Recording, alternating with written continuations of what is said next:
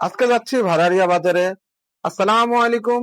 দেশ ও দেশের বাইরের থেকে যে যেখান থেকে দেখছেন, আশা করি সকলে ভালো আছেন। হেঁটে হেঁটে খুব সকালে চলে আসলাম ভাড়ারিয়া বাজারে। গৃহস্থরা আসতে শুরু করেছে তাদের টাটকা শাকসবজি নিয়ে, আর ব্যাপারীরা তাদের দোকানপাট গোছাচ্ছে বিক্রি করার জন্য।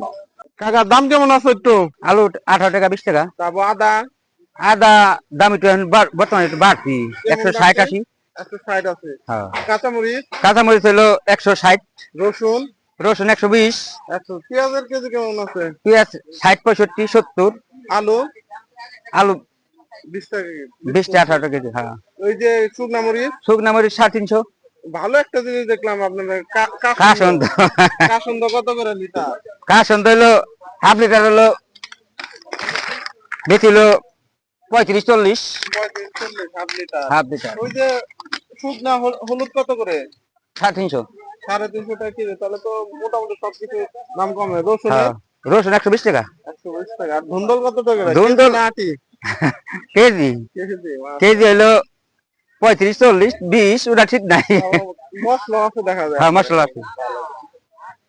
মশলা কেমন, কোনটার দাম? মশলা হইলো 200 টাকা আছে, 250 টাকা আছে, 300 টাকা আছে, 400 টাকা আছে। ওটা এই এ বুঝায়, হ্যাঁ, কোয়ালিটি বুঝায়। ঠিক আছে, ধন্যবাদ আঙ্কেল। আচ্ছা কাজ করেন। আচ্ছা, মালিক বাদশা। আচ্ছা।